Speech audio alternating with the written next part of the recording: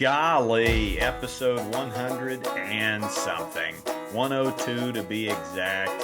And at the moment, it's just the two of us, just ball game and chopper, like it used to be. Coach Flick Money may be joining us in a little bit, but Chopper, it's Thanksgiving week. My kids are out of school. My girls are on their scooters right now, running around, laughing and being thankful for stuff. How's your Thanksgiving week shaping up, brother?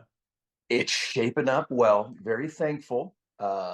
Just yeah, figuring out how many days off I'm going to give the folks. That's always hard for me. But Debbie said I got to give them some days off. So we're not going to practice on Thanksgiving. Turns out that got vetoed on that. And I think the final compromise is I'm going to give the boys Friday off as well, and then we'll be Well, on Saturday. Hey, honestly, you know what, buddy? Just just to just to hammer it home, the message we've been throwing out on this podcast for 101 episodes. You got to let the kids play a little bit. You got to let them eat. You got to let them have some family time. And as you said in previous episodes, sometimes the barbecue, sometimes the going out and serving the community, sometimes that is more valuable than X's and O's. You know what I mean? I absolutely do. And I do always say to all my families that are on vacation, it's the hierarchy of God, family, baseball, and that's the order. I just make practices available for those that are like me that there's nowhere else they'd rather be. So that's kind of always been my thing. It's always been a kind of a standing offer of like, hey, if y'all are in town and you got nothing else to do, I'll be at the baseball field like I always am. Mr. Ballyard, Yeah, Mr. Mr. Mr. Ballyard. Ballpark guy. Oh, buddy. Yeah, Well, but no, it's good. it's good to see you. It's good to be with you. I had a friend over last night, and this is my hibernation period where December, January, just kind of hibernate, just sit, try and have good conversations. And I was letting them know one of my highlights is just having great conversation with two great friends. Conversation is underrated these days. It goes overlooked. And especially as a parent, we need those. So, listeners, go out there, intentionally call, text a good friend, and say, hey, come on over. We're going to have some milk, a little decaf coffee, maybe some non alcoholic bourbon, which is out Mhm. there. Yeah. I am a fan, and just chat. So, this is my hibernation period. I want to do a little housekeeping here. Episode 102. Thank you, listeners and patrons, either on my YouTube, the Coach Ballgame YouTube, watching the video, or listening wherever you get your things. Thank you. You give a monthly couple of bucks, and it really does help. It convinces our wives that we should keep doing this, to be honest with you, instead of going and getting another job. So I think it's valuable. You know it's valuable. And thank you to my mother-in-law for listening to all 101 of these. Love you, doodah. If you want to get something for the boys or the girls this holiday season, go to Warstick. They've been our loyal supporter and partner for all of these episodes. Discount code Attaboy15. Jump on a glove or a bat. Everything looks good and smells good at the Warstick. We're also partnered up with Thromo Trainer. Go to their website, discount code Attaboy. That's an easy one. But just check out what they got. It's really good. I'm picky with my partners, but this is simple, and the kids can understand it easily. So, Thromo, thank you. 15% off there as well. Um, I I want to know what you're thankful for, Coach, on this week of Thanksgiving. I'll start with you, then I'll go to me. And yeah, just what hits you? What are you thankful for, brother? I mean, first of all, my family, that's all encompassing. So thankful for my amazing wife and boys, and then my extended family with all these families that I get to coach. And that came up the other day. We had a board meeting. We have to have board meetings. And I was at a board meeting with our our club team board, and that came up, and I like got pretty emotional just thinking about just how much I love these kids, and just the opportunity and the trust that the parents have bestowed upon me and our staff. And yeah, I feel really fortunate. I love it.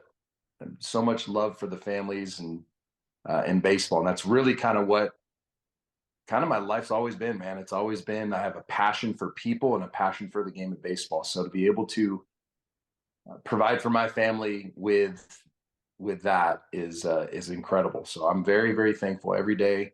Thankful for this new home that we're in, and get to walk to school every day with Titus, which is wonderful. 10 minutes of just me and Titus time there, and then the walk back. So the good Lord's been very good to us, and it's our job to try to pay that forward and share that wealth with our community. So, what about you, Ballgame? Well, aren't you glad you didn't settle into a job that you hate? You know, there's a life-giving element to what we do, and sometimes that means you gotta put a hammer to a nail or wait some tables in the meantime to feed the kids. But man, that stands out to me as well, that I can provide for my family, um, and give them a roof and some food with baseball and softball and youth sports and coaching kids, but more importantly, coaching parents and coaches, which is what we do. So, yeah, can't be more thankful for that, for the life giver that my job is. Those of you that have the same kind of job where it doesn't feel like work, good on you. If you're stuck in a rut, I encourage you to go find a local youth team that you can volunteer and help, because it just it pumps you up, man. It really does. I think I'm going to do a post next week about, if you're feeling down, if you're in a rut, if you're feeling sad, man, find a team that you can fill up water coolers for, rake dirt for, pump up. It's like water. It's like food. Being around kids and communities and people that are just volunteering, serving others. That's the meaning of life, serving others. That's the only true joy. There's no joy out of how many followers you get or how much money you make. That's a very short-term joy, and it has this empty feeling after about 3 days. But serving others, man, that is a good gig. So yeah, obviously thankful for Mrs. Ball Game and the baby ball games. Um, they, I I do everything for them. If it wasn't for them, I would, man, I feel like I'd be a lazy bum. I really would. So thankful to them for giving me purpose. Um, and thankful for a mom and dad that really pushed me to be a good person, to not be lazy, to and to not settle into a job I hated. So thankful, thankful, thankful, um, for all of you listeners as well. So maybe push pause, listeners. Find somebody next to you at the treadmill or in the car, and tell them what you're thankful for. It'll be good. Texas. Me and Flick Money went to Texas last week to finalize the Sandlot tour. Some of you listeners were there. I saw you. I shook your hand. Some patron supporters. I got to fist bump you and hug you, and here's what I'm seeing, brother. 102 episodes in, couple years in, uh, I get to go on the road to Dallas, to Austin, to Salado, Texas, beautiful little town, over to Beaumont, and there are people that are driving 2, 3, 4 hours that are saying, I used to be that dad. I used to be that mom, and now I'm not, thanks to you guys. So it's happening more and more, brother. And it will continue to happen, because there are new crops of parents coming in going, what do I do here? How do I coach this team? And hopefully somebody says, try this podcast out. It's a good one. It'll fuel you up.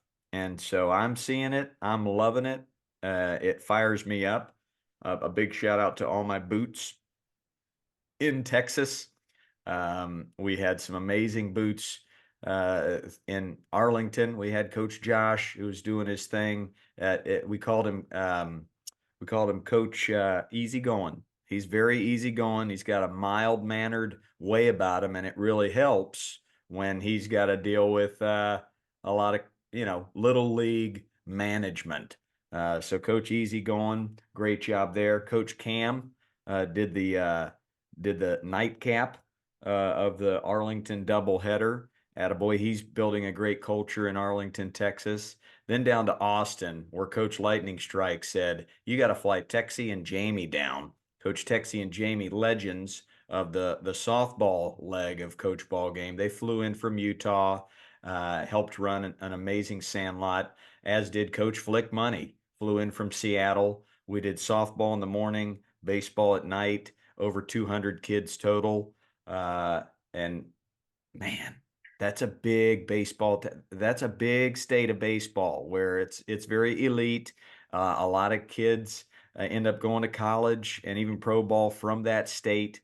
Uh, but I'm sensing from the folks that came to our sandlot a both and culture, not an either or, not this, not this shallow, hollow, uh, uh, stemming from insecurity and being uneducated and anxious. I'm not sensing that. I'm sensing yeah, these kids are really good players, but they're also great football players and basketball players, and they're great people.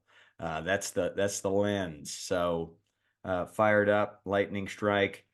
We had Coach Toad in Salado, had the quickest sellout on the National Sandlot Tour, Wow. about 18 hours.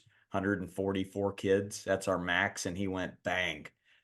So obviously, to send one email and get that many kids, we got to go back in 2025 because there were a ton of coaches there. That's 12 groups of 12, and we had two coaches per station, so 24 coaches. And that's what we're looking for as we move forward. We need a whole town community to get together and say, there's value in this. We're going to learn how to coach better.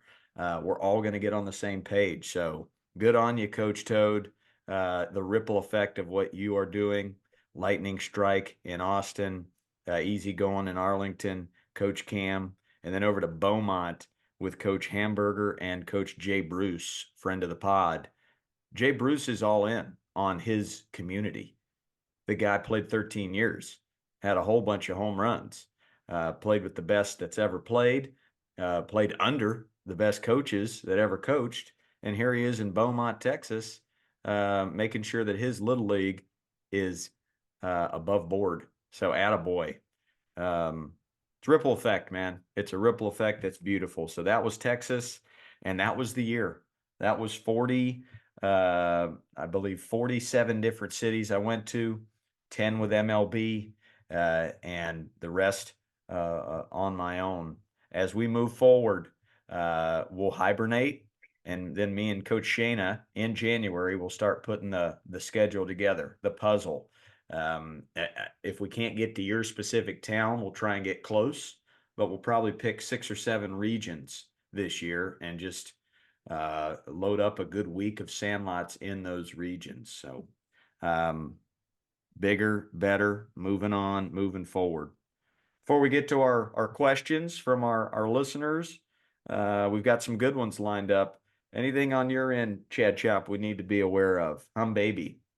No, man, we're just rolling along. We've got, man, I guess it's up to 7 teams now. So yeah, we are rolling right along. The whiteboard is chuck full, and yeah, we're doing it. So yeah, we're grinding. We love it. Man, is it all the same name? These teams, all one travel ball org. Yep. Let the Arizona folks know where we can find you and watch you coach. Pups Baseball Club, man. Anywhere in Oro Valley, we'll be in Phoenix. But yeah, we've got a 9U, a 10U, an 11U, a 12U, a 16U, and we're looking at probably two 18Us coming up. So yeah, we'll get them all. The challenge is like I've got a weekend coming up in December where I've got two 18U games, two 9U games, and two 11U games on the same day. So that is when it gets a little bit tricky, but it's a divide and conquer. I've got a lot of amazing coaches, so yeah, but it's a lot of fun. My dream is that the Flying Pigs, which Yep, is was started last year slowly because we got to make sure we're getting the right coaches, as you do with the pups. But we're moving slowly. I'd love to see the Pigs versus the Pups in in a world championship, maybe in Tanzania. I got think to that make would that be a good happen. spot. As we're trying with the pigs to find the best coaches, you can't be in 6 places in one day. So what are you looking for with these coaches of your, whether it's 11U, 12U, 9U, 18U? How are you vetting and keeping them accountable? We've got just incredible coaches. I mean, just the servant leadership from our coaches is unrivaled. And there's some coaches that were in our organization that are now in other organizations, which is great because I know that those other organizations are in great hands with those coaches. I've got another coach that's reaching out and wants to start that 13U, 14U, which is a critical age. That's when they get aged out of Little League. And this is a man of high moral character. He's got really strong just discipline in his own life. He's a personal trainer and a nutritionist, and he's 26. I think he'd be a great fit. So I'm looking to have a tryout coming up for that 13U, 14U with Coach Christian Piercy, who is a kid I got to coach back when he was in high school. So great family, great kid. But yeah, it's high moral character. It's kids that are more concerned about or coaches that are more concerned about coaching the heart opposed to the win or the loss, understanding process, having great practices with no standing around. Yeah, but my coaches are, they're the type of coaches where no matter when I show up, if I'm early and I'm setting up, great. If I'm not there yet, they're already doing stuff. They're self motivated. They're proactive instead of reactive. I'd say 95% of the time when I show up, the field's already been dragged and the water's already been started, thanks to my coaches. And so, yeah, very fortunate. This program wouldn't be the program that it is without my assistant coaches. They're the engine behind this whole thing. Have you had to have any difficult conversations? Any red flags come up in the recent past? No, nope. Good. So Yeah. it basically you're homegrown. A lot of these guys, you've seen them grow up, you know what they're about, and you're good to go.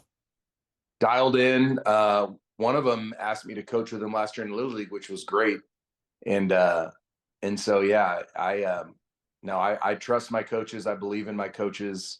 I'm very comfortable when we have to divide and conquer, knowing that um, the club is being run the way it should be. The game is being managed the way it should be, in the sense of character and heart first. And so, like I'm talking about that day where I'm gonna have to divide and conquer, I'm very confident that if you're at any one of those games, you're going to see, heart first, and it's going to be a good product on the field. Don't get me wrong, but it's going to be there's going to be a lot of integrity and character and energy, energy salute Mhm. from my coaches and from the kids. So I love it. I love it. If you're out there and you're kind of wishy-washy, but not loving the travel ball organization I'm with, want to start your own thing, then listen to 102 episodes of this podcast and jump on the pig, or if you're in Arizona, jump on the pups, because you are the superhero you've been waiting for. That's the ticket in my book. So that's why I even dabbled with this organization. So um, big things in 2025 for that too, because I'm not going to coach a travel ball team, but I am more than happy to help coach the coaches of an organization that want to inject joy, character, and this doesn't have to be life or death. That trophy doesn't have to be life or death. You're the human you become in your teenage years and 20s. That is what we're about. So good let on me you, say, coach. and let me say this for those that we hear this a lot from folks that are naysayers of what we're doing. Let me see if I can get this without the lighting. but we don't worry about the trophies in our program. And then we got that last night, which is a pretty cool trophy that um, we're not focused on, right? So Dang. it's like we're focused on process and character and heart and developing the kids and making sure they're good kids. And we get those naysayers that say, well, when does winning matter? Well, if you want the trophy, stop worrying about the trophy. That would be my advice to coaches. And our 11U group went 8-0 in their league, and it wasn't because we were trying to go 8-0 in our league. It's because we were trying to get better every day and play the game at a high level and be good teammates and be resilient and have empathy, be kind and get good grades and just do those things that actually matter for success. And then we got a really cool trophy that I'm not a big trophy guy, but I was like, dang, Bill, shout out to Keno Bill. He runs all these leagues out here. And I just was like, Bill, that's a really cool trophy. I think I'm gonna put that in my office. So stop worrying about the trophies if you want trophies. Figure that one out. Bang. How about that, man? That's a timestamp right there. That's a quote. We'll be using that one. That's it. That's the That's secret. it. For those of you with questions that have been hitting you this winter, fall, and winter season, send them in to my at Coach Ballgame Instagram. I throw them on a thread with the boys here on the podcast, and here we go. Question one of the day. Hey, Coach, I enjoy your videos and I try to apply your lessons in our little league team. I need some help. My 8-year-old son loves baseball, but just kind of goes through the motions. How do I get him to see the connection between working hard in practice and seeing improvement? I know he wants to get better, but he's resistant when I try to coach him up on something. I want him to keep loving the game, but I also want him to learn the valuable lesson that in life, your effort matters. I love this, and I'll start because we're starting to see this with my 10-year-old daughter in dance. She has signed up. She has said, you know what? I want to be on I want to fight for a spot on this advanced elite dance team. Uh, and she's in there and she's in it and it's hard work. And what we're noticing is there are times when she's uh, getting a little left behind. There is work being done. And we talk a lot on this pod about as a mom, as a dad, don't push, don't don't ruin your relationship with your kid by living vicariously through them or burning them out. But this is a little balance act where we're noticing, hey, you want this, right? You've signed up for this. This is what that is going to take. And so that effort, that keyword effort, that's a character choice. That's a character piece. That's why we talk so much about it. That's why Doc Roberts said character is what got us the World Series ring this year at the highest level of baseball. So, yeah, how do you manage that balancing act, Chad Chop? Man, it's a tough one, especially at that age. 8 years old, it's tricky. You got to make sure it's fun. Saw a good video yesterday with Pat Summit, women's college basketball legend Legend, yeah. at Tennessee. And her son didn't make his high school basketball team. And when she asked him, well, did you put in the work? He said no. And so he asked her for help, and she said, I'll help you, but you have to start your own engine. And so when it comes to our kids, they need to ask us for help. And if they don't ask, we shouldn't be driving it because they're just going to resent it. Now, gentle nudges, yeah, of course. I would challenge this dad and his young athlete just to do something 5 minutes a day. And so it's not this, sometimes kids get like overwhelmed. Oh man, I have to go for two. No, let's start with 5 minutes a day of dry swings in the backyard or throwing a tennis ball off the brick wall in the backyard and getting better at a right, left field, right, left throw. Something simple that they can do that's not overwhelming, that once they've gotten their homework done and all their chores and they told mom and dad they love them, they can go out for 5 minutes, set a timer if you need to, and just do something for 5 minutes a day. That would be how I would start it. And then if he doesn't want to do even that, I tell kids all the time, if you're not willing to put in the work, you need to lower your expectations, right? Sometimes kids want stuff, but they don't want to do the work. So you've got to make a choice. If you put in the work, raise your expectations. If you don't put in the work, just be out there to have fun, which is okay too. But you can't not put in the work and then expect to have high results. I love everything you said there. I'll add one thing. How about a pass off? Maybe you Yes. need to pass this issue off to Uncle Johnny or Aunt Susie or Assistant Coach Billy, who can take them for a walk and say, "Hey, buddy, here's what I'm noticing," and for you to earn this starting spot, for you to uh, stick with everybody else, you're going to have to practice a little bit more. That is a big deal. If you can find that person, for some reason, they immediately shut their ears off when it's dad or mom. But if you can hand it off to somebody else, you can still hold them accountable, and you can say, "Hey, did you get that work in that Coach Billy or Coach Chad Chop asked you to do? Did you get that in?" But what I've asked my daughter is, "So you signed up for this? Do you really want it? Do you want this? Do you?" And then the other aspect is being a good teammate and making sure if you're going to hold everybody else accountable, then are you holding yourself accountable? That way, the whole group is working together. And in dance, the synchronization of all this spinning, like I don't think it can be any more clear whether you are holding yourself accountable. So I love the life lesson that can be learned from this. Again, this is a opportunity for them to learn a life lesson of um, overcoming something kind of hard and being a great teammate and work ethic. There's three right there that you need daily as an adult. So it's an opportunity. Be thankful you have this opportunity at such an early age of 8. But from dad's perspective, yeah, it's got to be 90% joy, 10% holding them accountable from what the assistant coach asked them to do.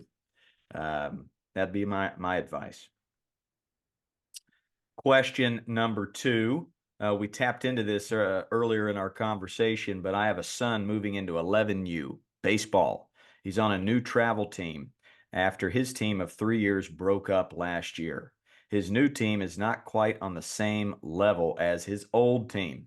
As he moves into middle school and he starts to prep for high school, how important is playing at the right level for the 11, 12, 13-year-old player? He's played against better competition in the past.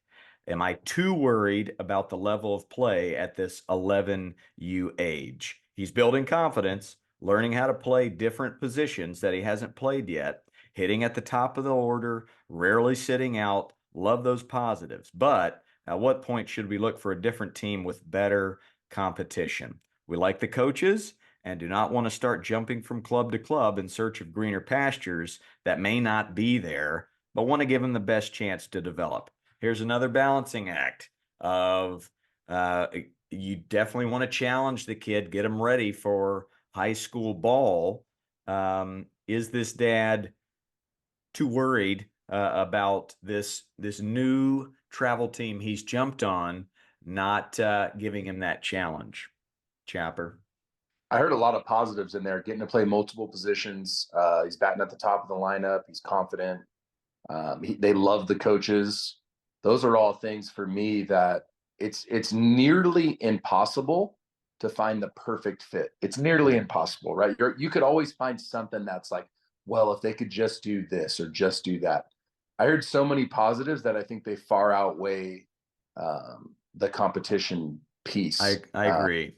Yeah, I think he's in a good spot. You don't want to start jumping from club to club. Most clubs are already established, especially the high level clubs. And so if he's getting all those things and they love the coaches, trust the coaches to develop your son. And I think he's in a good spot. That's with us obviously not knowing all the details, but from what I've heard, I would say stick it out. And then you can always, if you need that competition piece, we do this sometimes with Bo, where we'll throw him on a team that's going to go play in a perfect game tournament or whatever the case may be, where those opportunities will present themselves if your son rises to a level where it sounds like he's either at or close to. And so you can always kind of supplement with, hey, we're going to put you on this team for a perfect game trip. So you know this world better than me, but there are opportunities where you can stick with one group, one organization, but there are one-off opportunities elsewhere. Every weekend. Every weekend, there are websites out there that my wife knows I don't, but there are communities that are looking for a player every weekend because they've got kids that are out of town or whatever the case may be. So yes, you if Bo if we were worried about getting enough games, Bo could have a tournament every weekend, and it would be, it'd be awful for us because it'd be a lot of travel and stuff. But you could get your son in a tournament every weekend, and you could choose the level he plays at if he can handle it. There's a double A, triple A majors. Those are the levels in club baseball. So if you're NCS, it's Division One, Division Two, Division Three. But basically, it's three levels, and you could look for that opportunity for that higher competitive level. And teams need guys every week. Talked to Jay Bruce. We had a nice hamburger in Beaumont, Texas, and he said, I was one of those guys. I could have played in Afghanistan as a Yeah, kid, and I would have made it to the major leagues.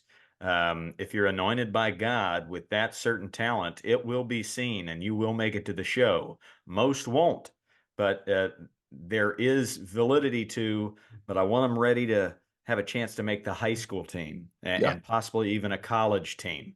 So there's a lot more kids in that bunch. I think that's a great idea, not only for the player side of challenging them. Let's do this one-off tournament with this team that's going to Cooperstown or wherever, but the social side too. Like that's going to be that walk-on tryout in college one day. Is you showing up, not knowing anybody, and seeing everybody around you a little bit more talented than you, and can you get that check mark on that clipboard from that coach. So a good life lesson there. I can tell you that happened to us recently, where one of the first times we had Bo play on another team, they needed a player. It was a 12U. I think he was 10U at the time, and they batted him last. And he was playing right field instead of shortstop, and and he went 3 for 3 in the first game, and he led off the rest of the tournament. I think he went 8 for 9, and it was like, as a parent, you're like, dude, this is hard. This is a hard thing for him to do, and so it was really cool to see him just go be a good teammate and find someone and be on the top step and have energy and go from like batting last, but not be like, oh, I'm batting last, to like, all right, bet I'm gonna cook. And then they're leading off and they win the tournament. And it was really cool. So I think it's a good opportunity for this dad to stick with the coaches that he loves and let his kid be kind of the leader on that team, and then look for opportunities where you can say, all right, bud, here we go. Did Jay Bruce really use the term anointed by God?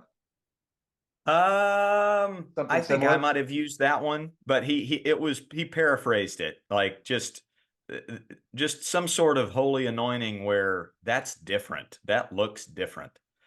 Yeah. Yeah, I like that because I use that with Bo from time to time. I'm like, Boaz, you've been anointed by God. Like, you came out of the womb fearless, and you're going to do really special things. And so um, it's interesting because I can tell you, whatever today is, Bo Chop's going to play in the big leagues, and I know that with my whole heart. And so it's paramount for him to have high character and empathy and look to honor others and share. And so we're so focused on that as parents with him, of like, hey, dude, you've got to have this kind heart, and you've got to have look for opportunities to bless others, because you will be blessed by a tremendous amount of worldly things, and it's up to you to honor the Father by how you share them. Ah, sounds like a future World Series champ.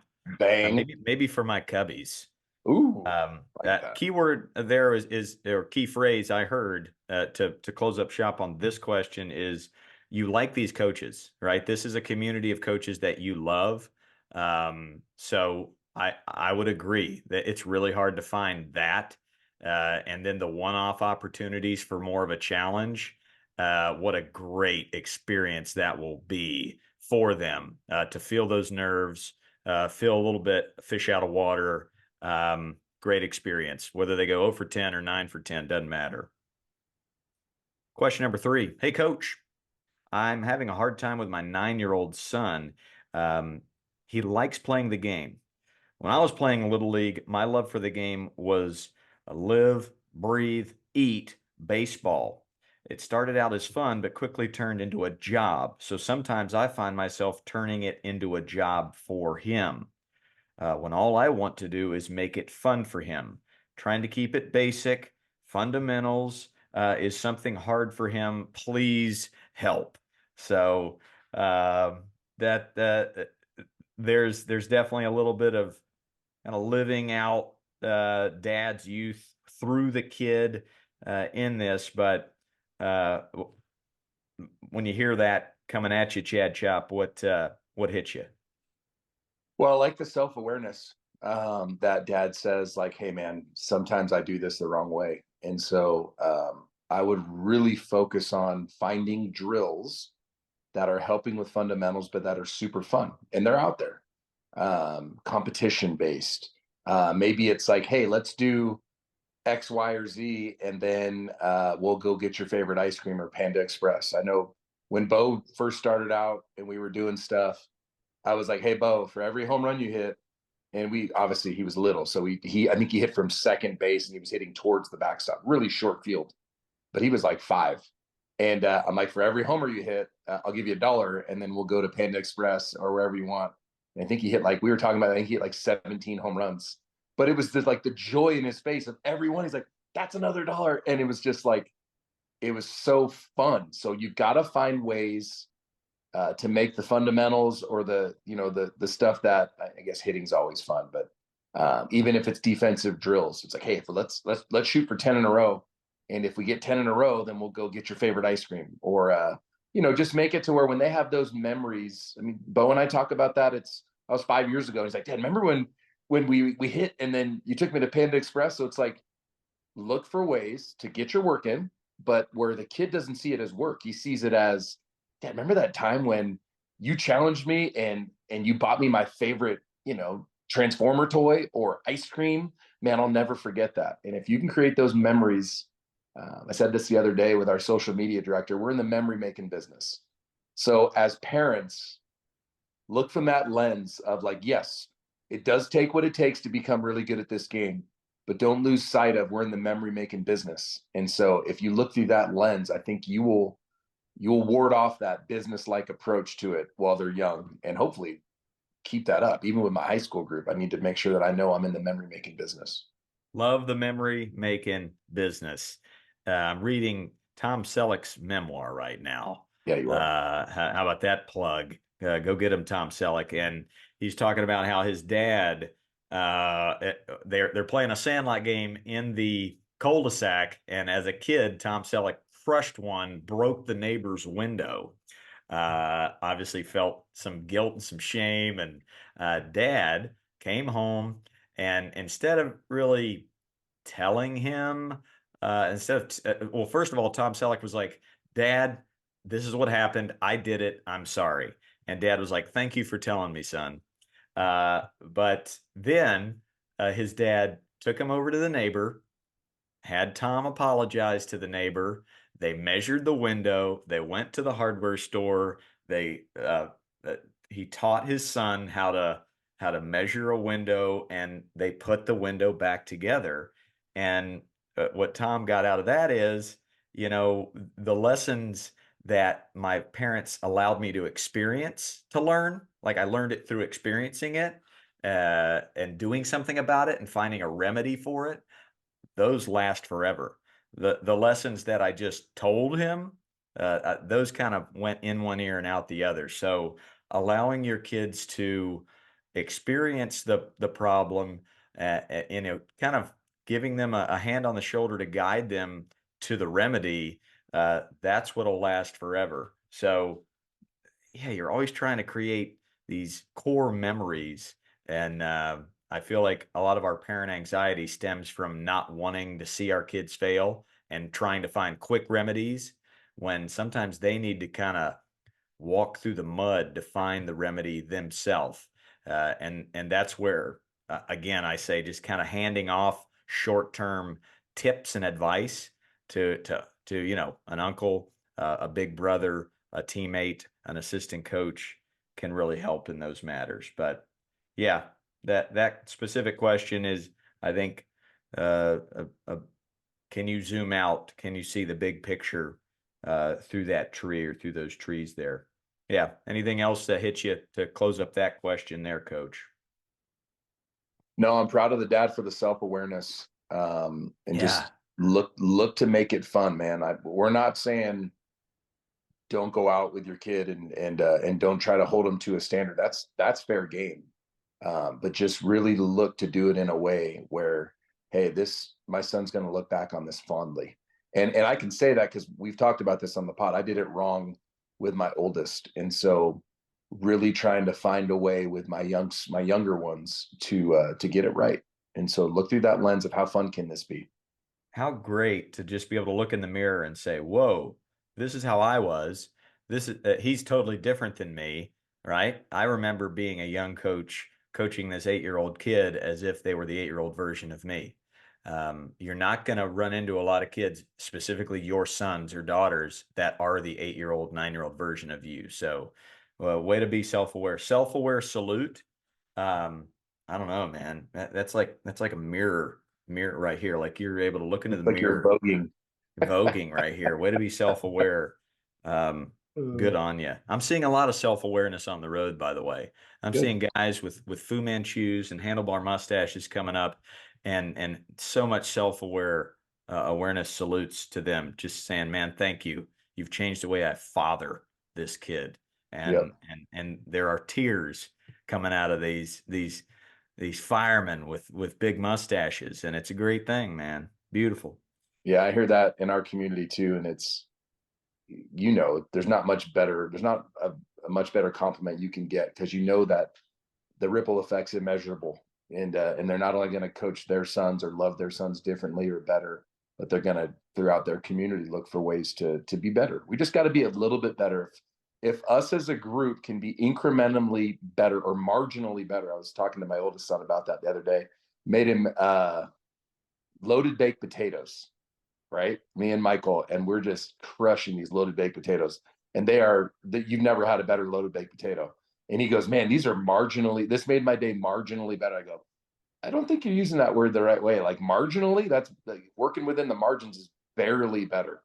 And he changed it to a much better descriptive word. But for us in our character and how we treat people, if we can just be marginally a little bit better, that can start the desired effect that we need in this world to kind of change it.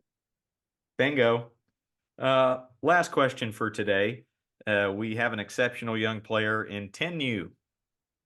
He's a beast on the mound, does great as a catcher, hits everything at the plate.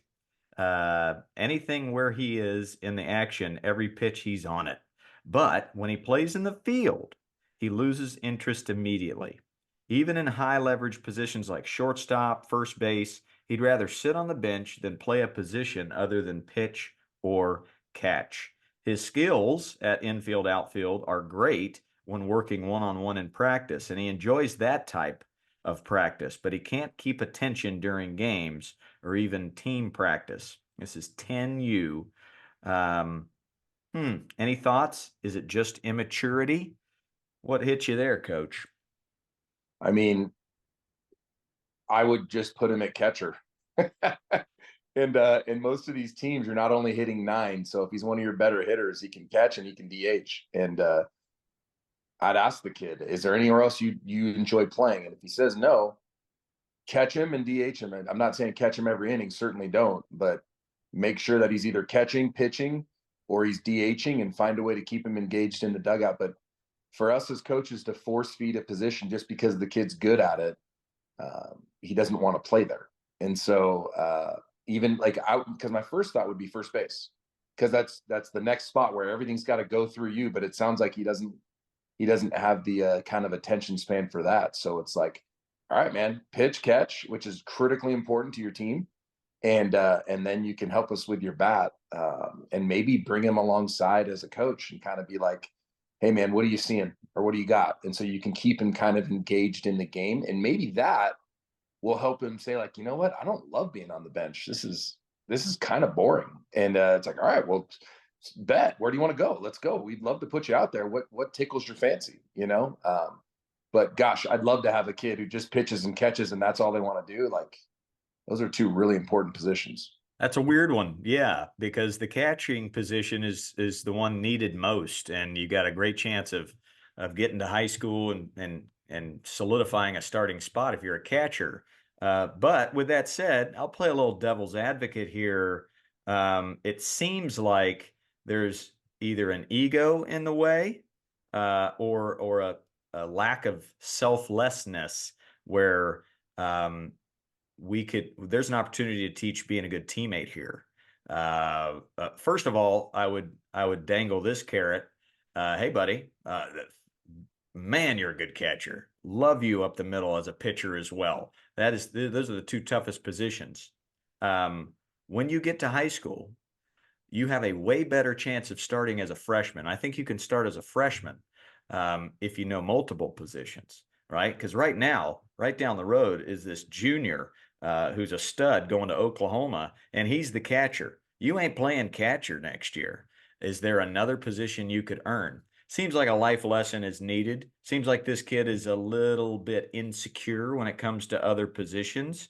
So you, as this coach, you know his love language. You know what he's going to respond to. You know what's needed. He needs to definitely uh, get over this insecurity or possibly ego. I don't know the kid, and at least be able to uh, have the freedom to say, you know what, I might fail at playing left field right now or shortstop, and I'm gonna teach this life lesson of have the freedom to fail. Right?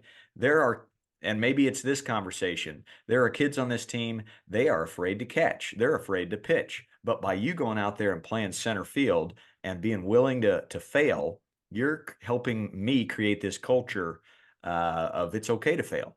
This is a big picture thing we're looking at. Um, Maybe he needs to go play football. Like I became a great outfielder because I played free safety in football. I also love playing point guard in basketball, and there was a lot of that to playing center field. So and good footwork up the middle and in the infield as well. So hey man, we're gonna play a flag football game, and we'd love for you to come, and maybe that'll open him up a little bit. But you as the coach, you know his love language. You know where this is coming from. It seems like it might be an insecurity. I would bet 80-20 it's that over ego. But that's kind of my take, Chopper.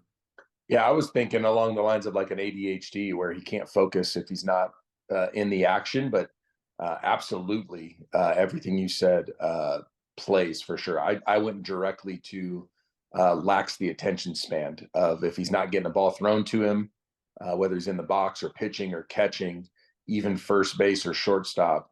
Because as a coach, those are the spots, right? It's like if you've got any kid, if they raise their hand, they're saying one of a few positions: pitcher, catcher, short, first. As you get older, maybe center field, but really everyone thinks outfield is a punishment, even though outfield, as you get older, less frequency, higher importance to the play. I think Flick said that a couple episodes ago, but like understanding that if we put you in the outfield, we're giving you a tremendous amount of opportunity and responsibility because we think you can stay focused enough to make that game changing play once every couple innings versus the guys in the infield that are going to make the remedial day to day, take out the trash, wash the dishes. You're the one that's changing, the outcome of the game every couple innings. Yeah, this kid sounds like he's talented, sounds like he's got a chance to play at a high level.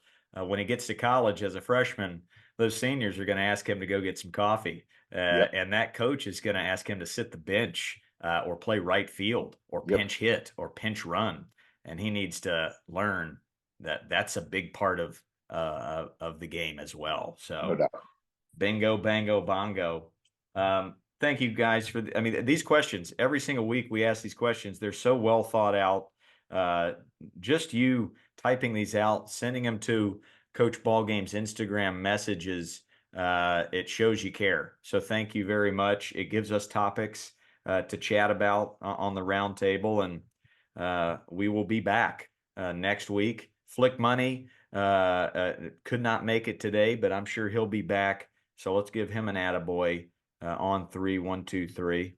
Attaboy. Attaboy. Yeah, If you want the trophy, stop worrying about the trophy. right. If you want it, stop worrying about it. It's a byproduct of all these important things we've talked about 102 times on this pod. Chopper, what are you leaving the listener with today? Man, don't forget to be super thankful this week. Don't forget to rake and look through the lens of gratitude. I'm big on that right now. When you see a challenge or some adversity, what an opportunity. Be so thankful for the opportunity to overcome. Gross on the other side of it. Bang!